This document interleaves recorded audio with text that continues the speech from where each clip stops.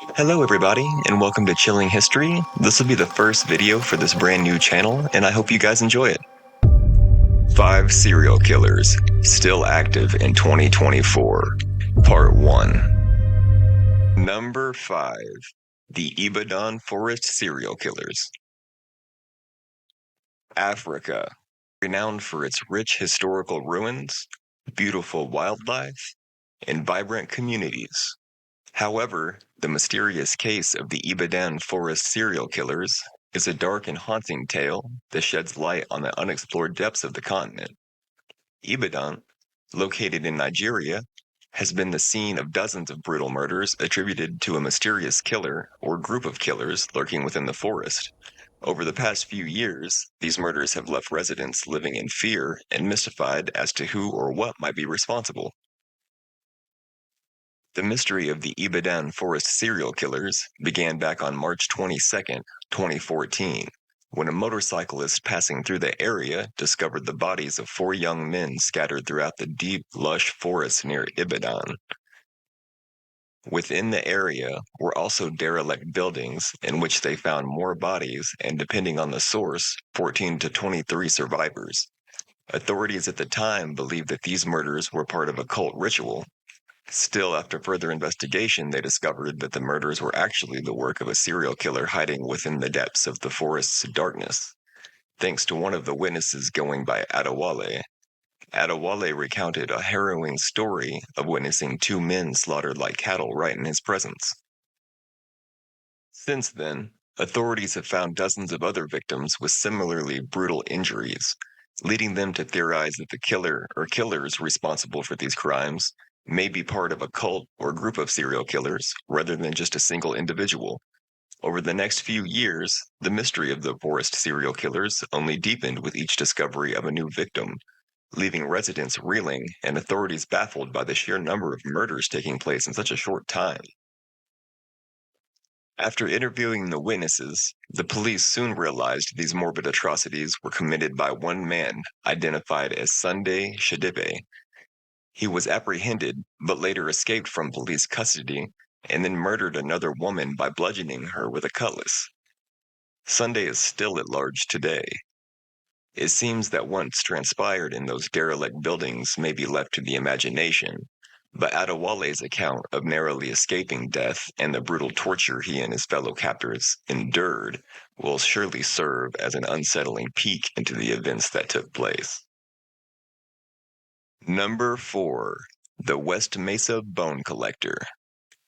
The West Mesa Bone Collector, a mysterious and gruesome serial killer who remains active in the southwest U.S. Over the past few decades, authorities have found dozens of bodies scattered around the area, often missing their lower legs. The crimes were initially thought to be the work of a cult, but further investigation into the victims revealed a chilling pattern of similarities that led police to believe they may be dealing with the prolific serial killer.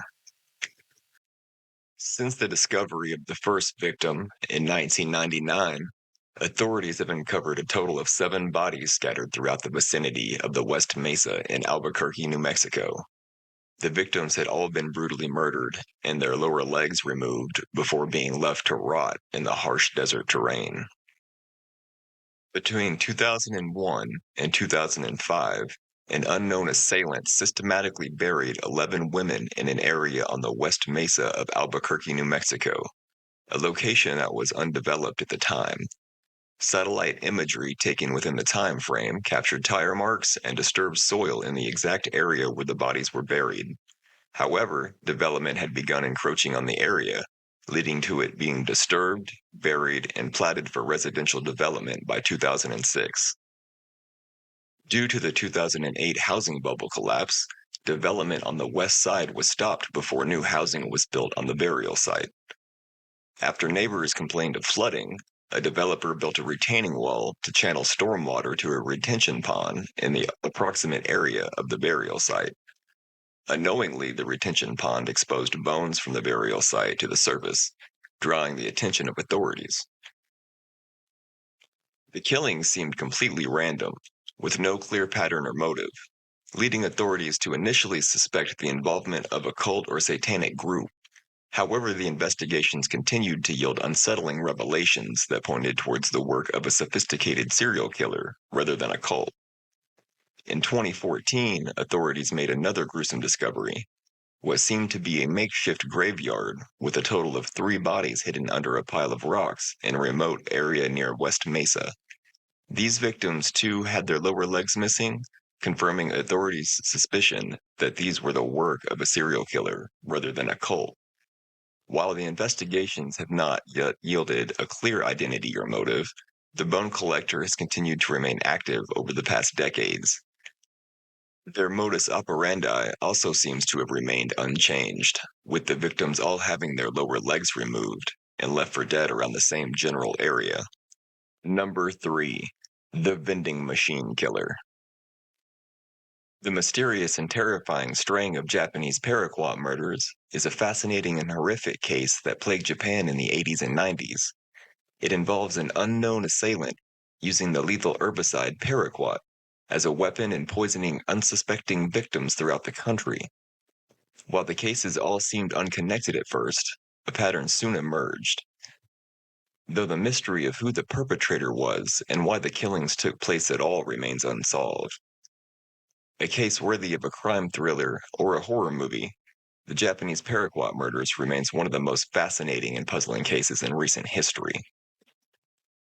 In 1985, the first victim of the Japanese paraquat murders was poisoned by drinking Aronomin C, a popular vitamin energy drink, from a tainted bottle. More victims would follow, with Aronomin C bottles being laced with paraquat dichloride and placed in and around vending machines around the country in an attempt to catch unsuspecting customers. The attacks continued for several years, with 18 victims in total confirmed to have died from poisoning. The killers have still never been caught. Accounts also state that in December of 1985, there was a copycat at a school in Mei Prefecture. Although during my research for this overview, I could not find any articles verifying that that ever happened. But of course, the chance of the record ever being digitized is extremely low. In 1986, adjustments were made to the paraquat and diquat pesticides to reduce their toxicity, but by 2002, paraquat still accounted for 40% of pesticide poisonings. In 1992, another series of puzzling deaths occurred in Japan that involved exposure to lethal herbicide paraquat.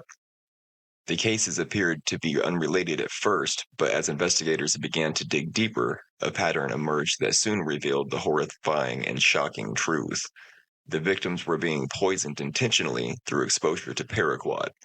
The case quickly gained the attention of the media and public alike, especially due to the unusual method of murder.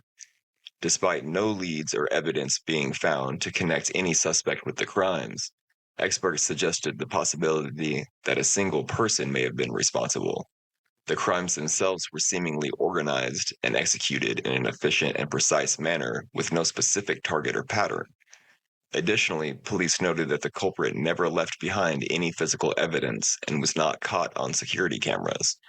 Although the case remains unsolved, some experts suggested that the crimes may have been a manifestation of Japan's orderly and intense society, with the culprit looking to hurt or harm innocent victims as an outlet for relief or adrenaline.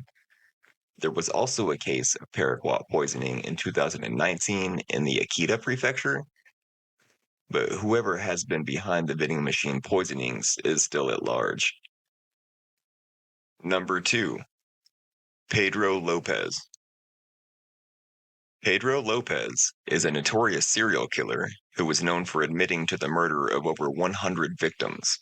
Often dubbed the Monster of the Andes, Lopez was active in the 70s and 80s, committing his crimes in Colombia, Peru, Ecuador, and more. In the mid-late 1970s, a string of brutal murders shook the Colombian towns of Cali and Paso. Victims appeared to have been drugged with sedatives and strangled, and their bodies were left on the slopes of the Narino Valley. Soon enough, Colombian police began to suspect a serial killer was at work.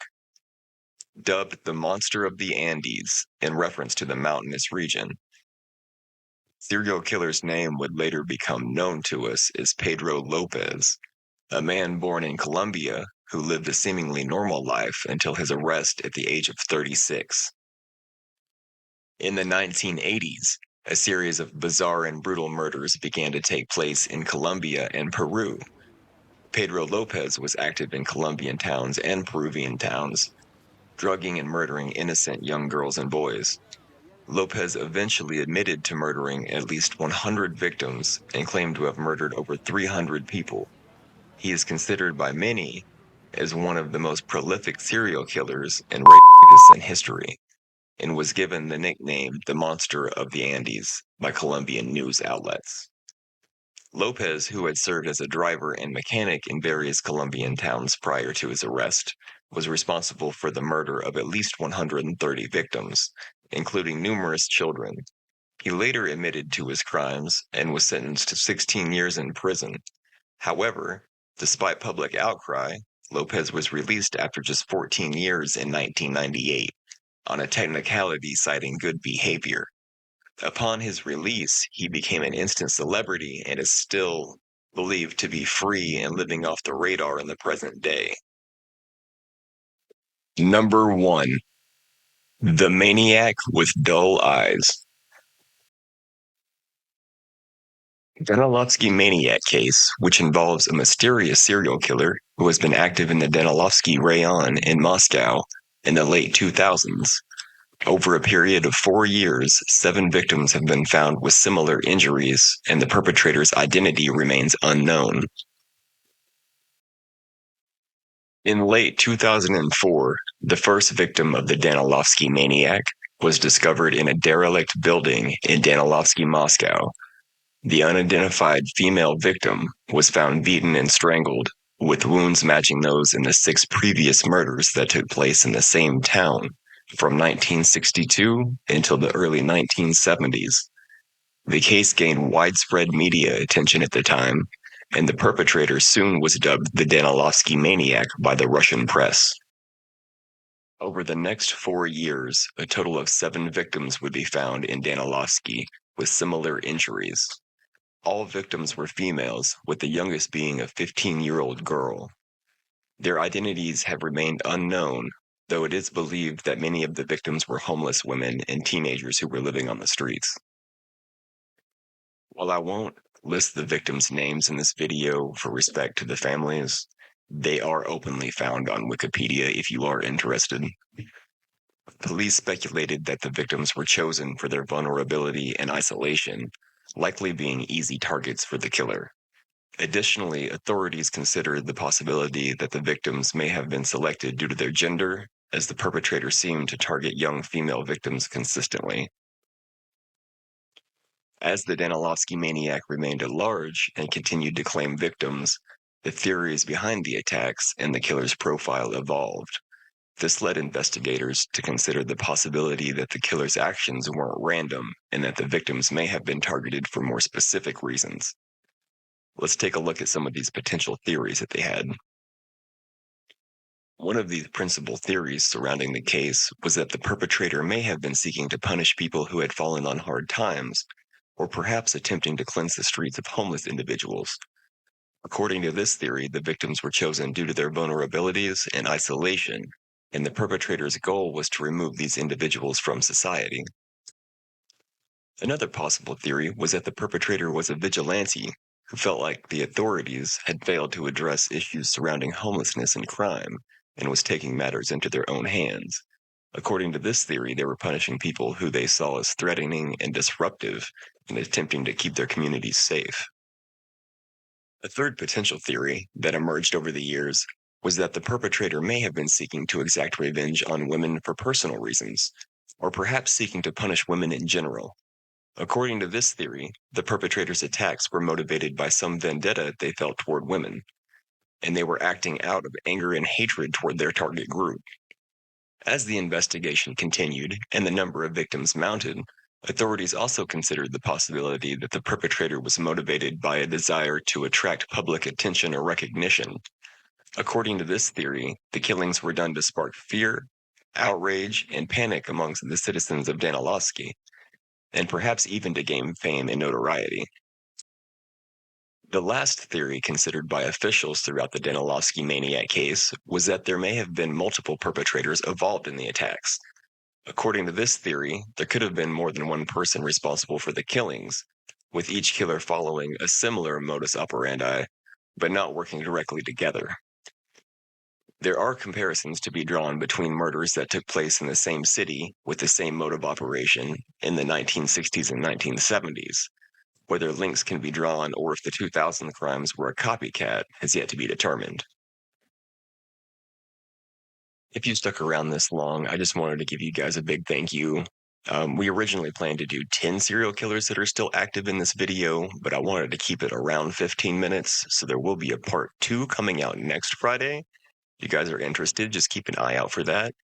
But all your support is appreciated. If you could like and subscribe, it just validates me using all of my free time not working to entertain you. But I hope you guys have a great week and be safe out there.